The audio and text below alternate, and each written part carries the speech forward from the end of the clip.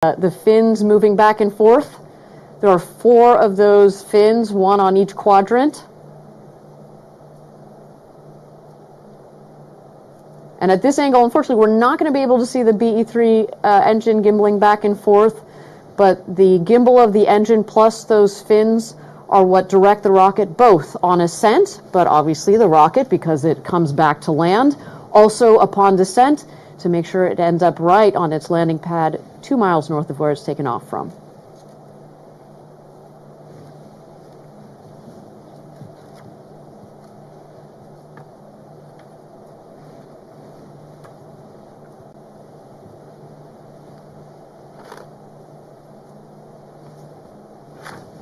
All right. Final countdown. Let's turn it over to mission control. Let's light this candle. 8, 7, 6, 5, 4. Command engine start. 2, 1, 0. Ignition. Start.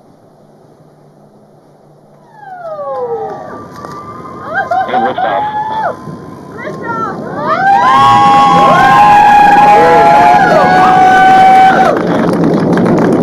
New Shepard has cleared the tower. The rocket and our astronauts are heading up to space. Now you can follow along in the bottom left of your screen. The altimeter on the left. Excuse me, the altimeter on the right and the speedometer on the left.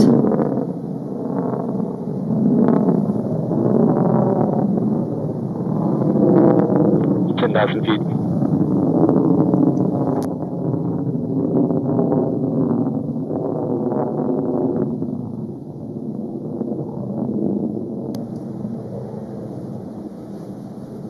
All right, as we go through this flight, there are a couple of milestones here. The first one will be max Q. That's when the dynamic pressures are the highest on the vehicle. We go from 100% power, pull it back a little bit as we go through max Q, and then ramp her back up to 100%.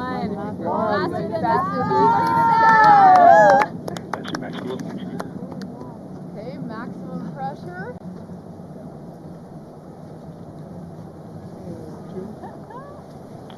Feet. Max G should be in about 10 seconds. Whoa. Wow.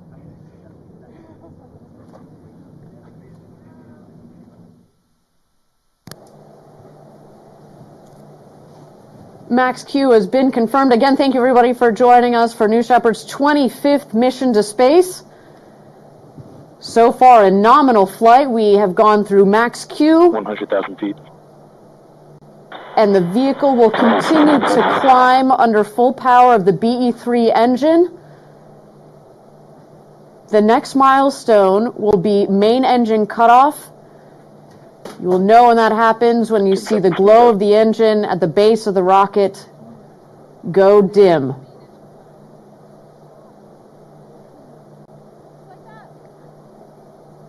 Miko. There we go. Main engine cutoff confirmed. Passing 200,000 feet. Now, with the main engine cut off, with the BE-3 engine turned off, the vehicle continues to climb up towards its apogee, but as you will see on the left side, the speedometer will come down, and once that speedometer hits 0, that's when you know exactly that the vehicle has hit apogee, its highest altitude in the flight of the vehicle. Now, I understand that separation of the capsule from the booster has been confirmed, and 0G has started for our astronauts. Shortly here, we're going to let them unbuckle and enjoy the beauty of floating around in 0G, but of course, the spectacular views out of those windows. And I'll say that having passed over 330,000 feet, they are over the Kármán line, so welcome to space, astronauts.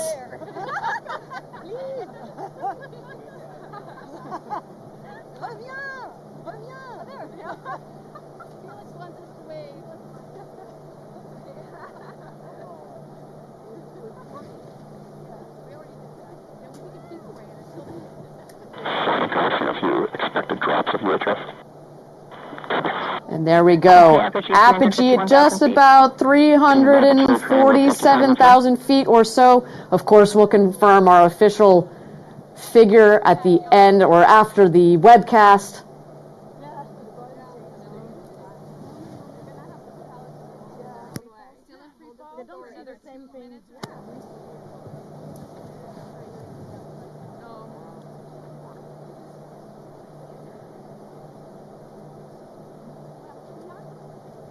At this point, our astronauts are still enjoying that beautiful zero-G up in their capsule.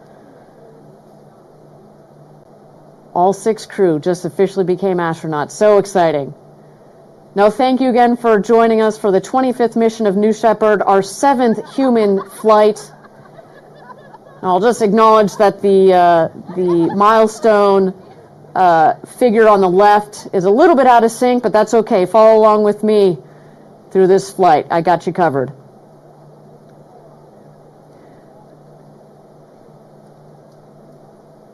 At this point into flight, you see the 2 craft, the rocket on the left, the crew capsule on the right, and you're going to see the speedometer on the bottom left of the screen increase as the vehicles speed up back towards Earth.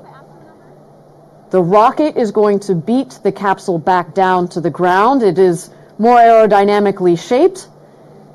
And once it hits atmosphere, we've got a multitude of aerodynamic surfaces that are going to guide it back to its landing pad just 2 miles north of the launch pad.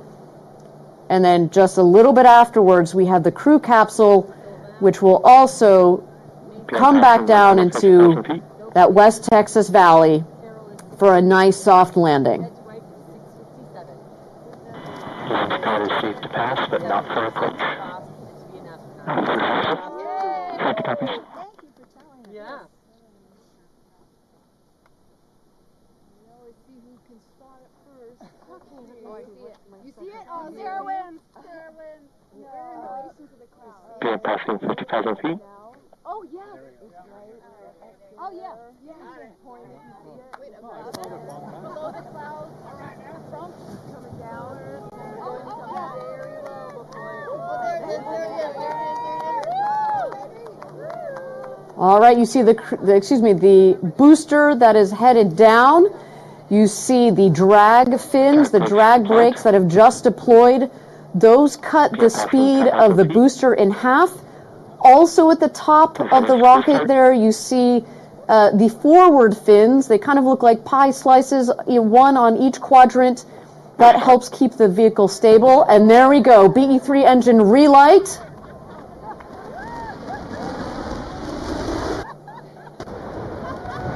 Landing gear deployed. 50 feet, 8 feet per second.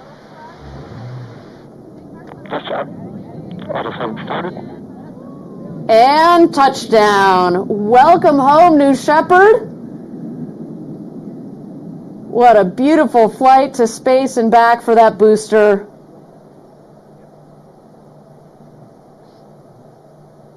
Man, it feels good to be flying again, Jackie. Taking our astronauts to space and back. It is, I mean, every day is a good day at the rocket factory, but flying people never gets old.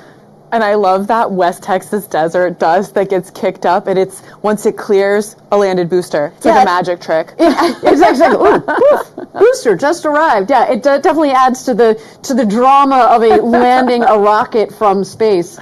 And, you know, as we say, landing the rocket is just really one of the proudest moments because it shows the incredible engineering. It isn't magic. It is not magic, Jackie.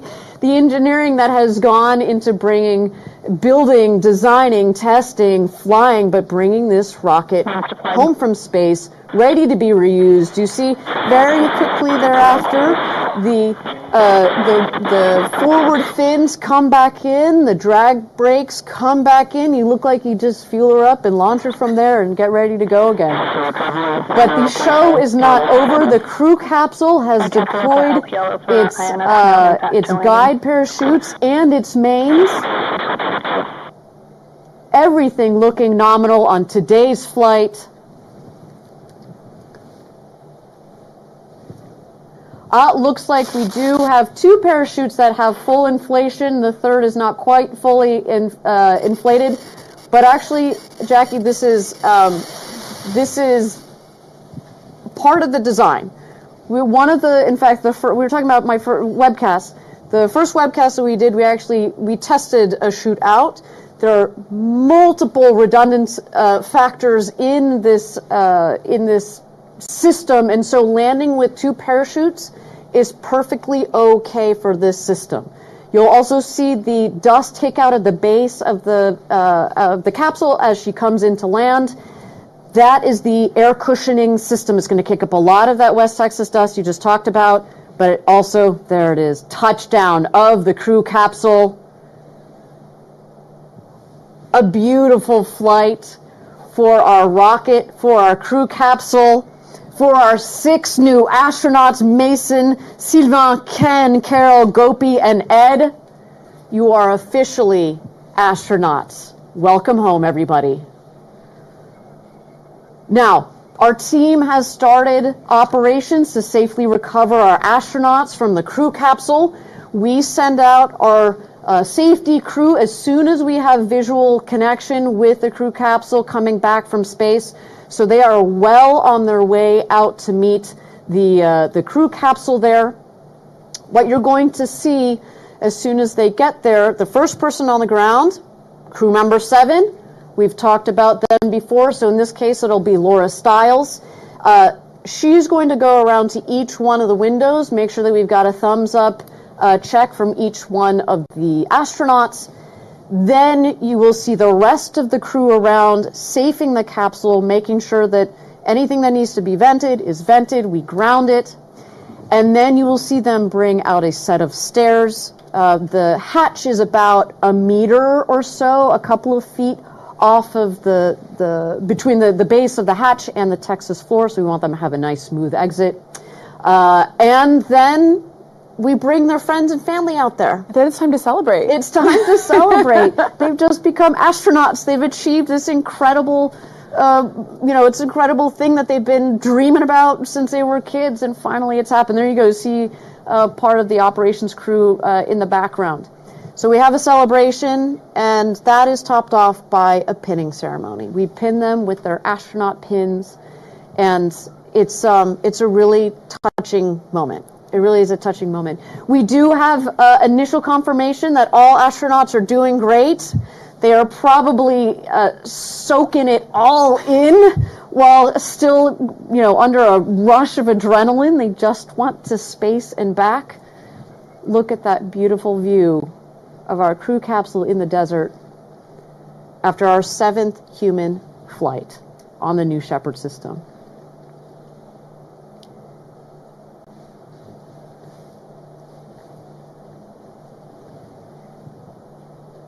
Now, Jack, you see the crew capsule there and the parachutes that have fallen not far from the capsule itself.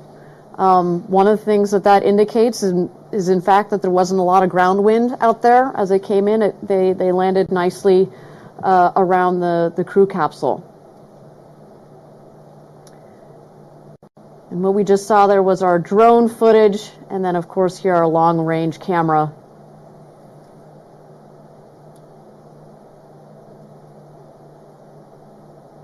And while this is a long-range camera, something that you can't miss on this crew capsule are the windows. So 6 seats, 6 windows, all like the entire surface area, a third of it is windows. So that also includes the base. So when you think about it, it actually feels like even more than a third of the capsules is windows. And we've heard from some of our previous astronauts when they're up there, you're just so, in awe of the view coming in from your own window. But when you turn back around to look at your crewmates, all you see is window because your brain just connects all those windows together. It almost feels like you're just looking out of one continuous window. And talking about previous astronauts, why don't we talk with Chris Boshausen from our 2nd human flight. Chris, can you hear me? Yes, I can. Wow, that was an exciting flight. Wasn't that exciting? I mean, what? Give me an idea. Again, you were on our second human flight. What is it like when you've gone up to space, you've come back down, and you're waiting in the crew capsule? I think, if I recall, we were just so excited, and like on the way down, I remember William Shatner said, I think when the Capcom does the check-in, he said astronaut Lemley is crying, and then we're all crying, and then we landed, and I think we were kind of laughing with joy that we'd landed safely, but still just overflowing with emotion from what we just witnessed. Well, and yeah, talking about overflowing of emotion, I think one of the most extraordinary parts from your flight was precisely seeing William Shatner as he came out of the capsule, and he was just overwhelmed. And how fortunate are we to have captured a poet, a songwriter? Not a ton of people know that about Bill Shatner. Put into words in the moment what he was feeling. It was extraordinary. Now, Chris, tell me, we just talked about this one moment when you're in the capsule, but tell me about your experience from training through what we're seeing here. What were some of the highlights? I think probably the training was a lot of fun because we didn't really know each other before we showed up, and even before we flew, we really felt like a family. And I think one of the cool parts about the training is, as a crew, deciding how we're going to use our time. And we decided that, the thing you can't get on Earth or on a zero gravity flight is the view. And so we made a commitment as a team that we would all enjoy the view. I broke my own commitment because I did 2 somersaults the second I got out of my chair. But that view is just captivating. Do I also remember that you might have brought a little Lego man with you? I did, yeah. I carried up a few little keepsakes as sort of tributes to my influences, and one of the key ones was a little yellow Lego astronaut. And ever since I was probably age 4, I've been building spacecraft out of Legos. So I really wanted to carry this up there for the inner child in me and everyone out there, no matter their age, to just keep playing and exploring. Critical question: where is that Lego right now as we speak? He is sitting on my desk at home. He's very happy. Yeah, he is also his legs an are getting astronaut. a bit loose, but I actually pick him up every day. Yeah, and he's an astronaut, right? I suppose there were five on our crew. He's an astronaut. We couldn't put the pin in the plastic, but I'm sure we can send him a pin anyway, if we haven't already. All right, Chris, just a second here. I want to comment on what's going on. So if you're just joining us, we have just had a successful 25th mission of New Shepard, the 7th human space flight for our New Shepard program. That makes 37 astronauts in total that we have taken up to space and back. What you see here is our safety team that is safing the vehicle, making sure, again, that everything that needs to vent has been vented, making sure that our astronauts are all right, although I have heard already that everybody is a thumbs up and had a great flight to space and back. What you will see coming up shortly here is they will put a set of stairs just outside the hatch for a nice, comfortable egress of the crew capsule. And then, of course, we are also removing the parachutes so they're not, so they're disconnected from the capsule itself. Now, Chris, back to you. So you talked a little bit about your experience. Do you have a highlight from? I know this is a hard question. One highlight from the flight itself. Yeah, I think it's hard to choose, but there's so many really interesting things. But I think the most profound one was when I stopped looking at the Earth and then went out to look at the blackness of space. I felt almost like a tractor beam attracting me and luring me to go further. I almost feel like it was an explorer's gene that switched on, and a voice in my head said, keep going.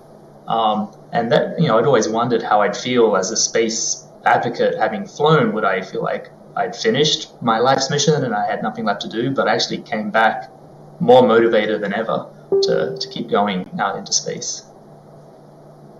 Well, Chris, you are an entrepreneur. You helped start the company Planet, which puts, small satellites, Earth observation satellites into space. Before that, you were executive director of Space Generation, trained in aerospace engineering. What was it like putting all of those pieces together and then going to space? You have to speak on behalf of a lot of us that have wanted to go to space and are in the space industry, but may or may not get that opportunity.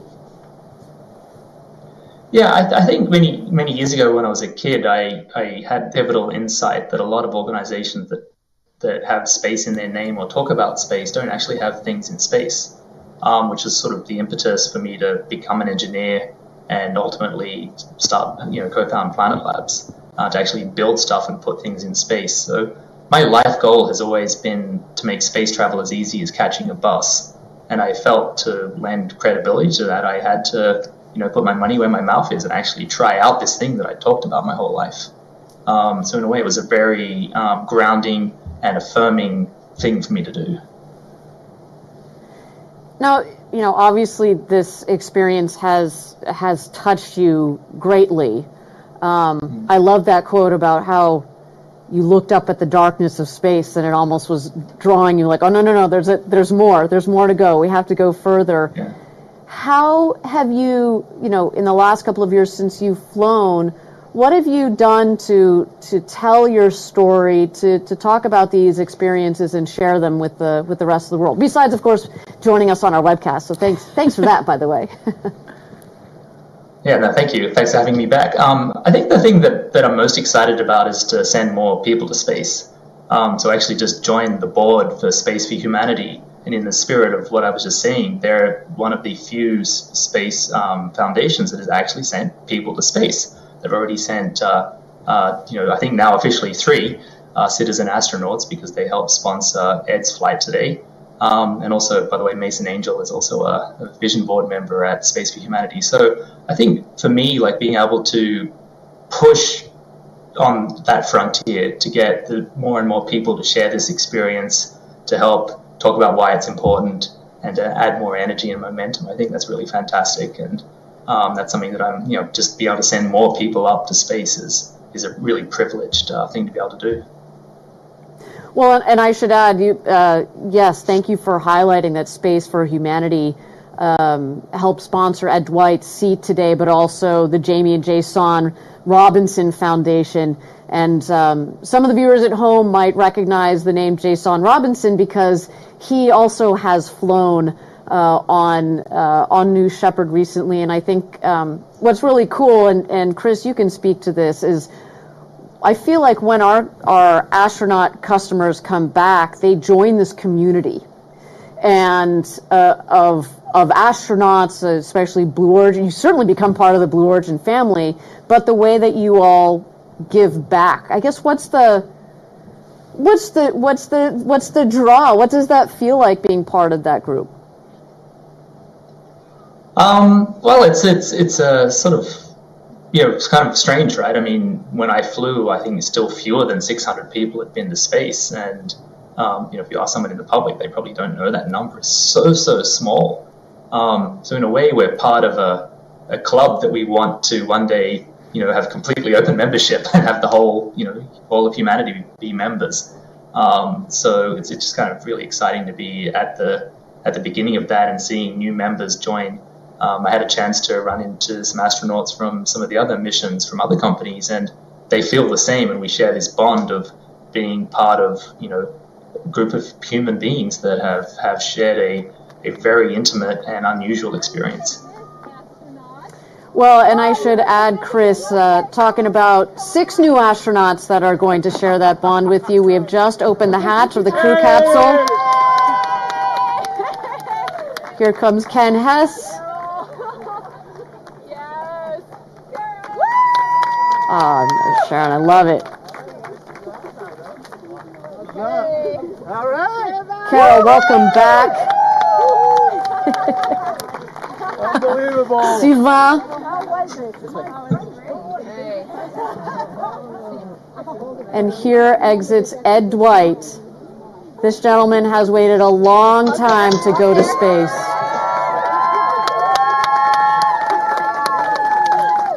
Long time coming. Selected in the early 60s as the first black astronaut to fly, although he did not get to fly then, today was his opportunity, and man, what a flight for him.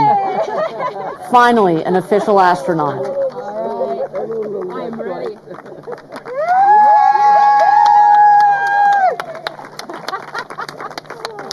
Thank you, everyone. Gopi Thotakura.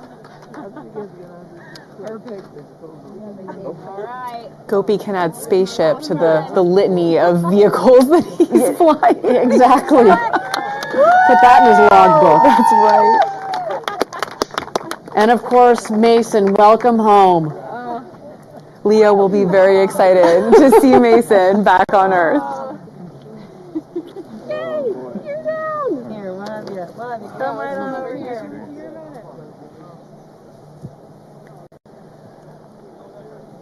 There's crew member 7, Laura Stiles, assembling our newly minted astronauts.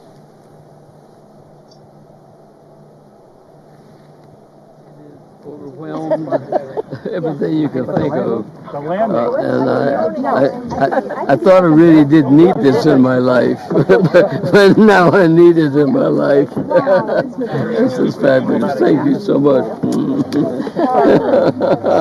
Thank you. Thank you for being part of this. All right, I am ecstatic. Ecstatic. Did anything surprise you? What was it like looking at Earth? Well, yeah, the transitions, about the separations and stuff, were a little bit more dynamic. I mean, they weren't nice, smooth, but that's how it's supposed to be. But it makes your mind wander. There's something go wrong with it. But no, it was absolutely terrific, and the views. I mean, just, even I couldn't see it, I could see it. Absolutely fantastic.